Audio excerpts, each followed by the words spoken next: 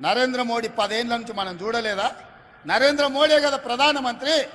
మనం పండించిన ఒడ్లు కొన్నాడా, కందులు కొన్నాడా, పసుపు కొన్నాడా, సోయాబీన్ కొన్నాడా, పత్తి కొన్నాడా, మిర్చి కొన్నాడా, మొక్కజొన్నలు కొన్నాడా? ఏం కొన్నాడు మనం పండించిన పంట నరేంద్ర మోడీ? ఏం కొనకపోను రైతు వ్యతిరేక నల్ల చట్టాలు తెలిసి అదాని అంబానీలకు అమెజాన్లకు దేశాన్ని 70 కోట్ల రైతులను తాకట్టు పెడుతుంటే లక్షలాది మంది రైతులు ఢిల్లీలో ధర్నా చేస్తే తుపాకీ తూటాలతో కాల్చి చంపినాడు నరేంద్ర మోడీ. ఇవాళ మన ప్రభుత్వాన్ని వడగొడతా అంటుండు, మన రైతులను ఆదుకున్నాడా? ఒక్కసారి ఆలోచన చేయండి.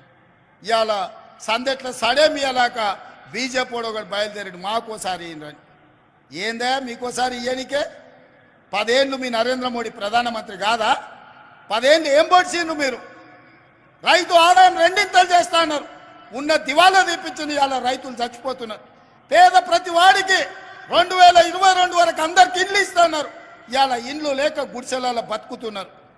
ఇవాళ ప్రతి పేదవాడి ఖాతాల స్విస్ బ్యాంకులో ఉన్న లక్షల కోట్ల రూపాయలు తెచ్చి 15 లక్షల రూపాయలు ప్రతి పేదవాడి ఖాతా వేస్తా అన్నాడు. Silly governor వేసిండా? ఏ మాట చెప్పి ఏ మాట నిలబెట్టుకున్నాడు నరేంద్ర మోడీ? సంవత్సరానికి 2 కోట్ల ఉద్యోగాలు ఇస్తా అన్నాడు. 10 ఏళ్ళు అయింది, 20 కోట్ల ఉద్యోగాలు ఇవ్వాలి.